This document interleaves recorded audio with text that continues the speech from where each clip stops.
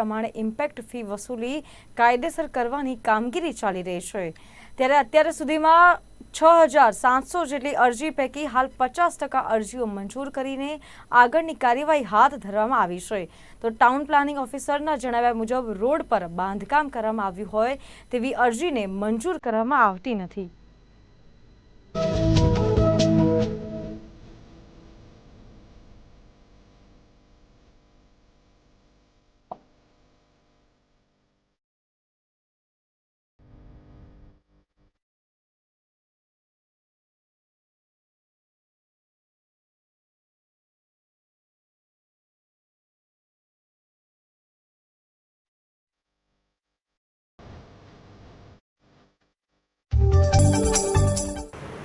રાજકોટ મહાનગરપાલિકામાં જ્યારથી ઇમ્પેક્ટ ઇન્વોર્ડની શરૂઆત થઈ ત્યારથી આજ દિન સુધીમાં આશરે કુલ 6,700 જેટલી અરજી આવેલી છે।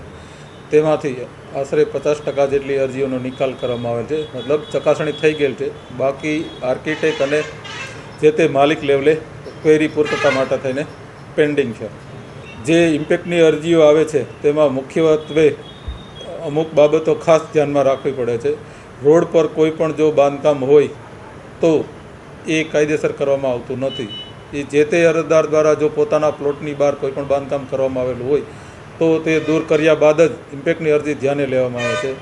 રાજકોટ મહાનગરપાલિકાના પ્લોટમાં બાંધકામ હોય, સરકારી જમીનમાં હોય કે એરપોર્ટ, રેલવે કે કોઈ બી સરકારી તંત્રની જમીનમાં હોય તો રેગ્યુલાઇઝ કરવામાં આવતું નથી। માની લો કે કોઈ બી ગેલેરી પોતાની પ્લોટની બહાર રોડ પર કાઢવામાં આવેલી હોય તો એ કાયદેસર કરવામાં આવતી નથી।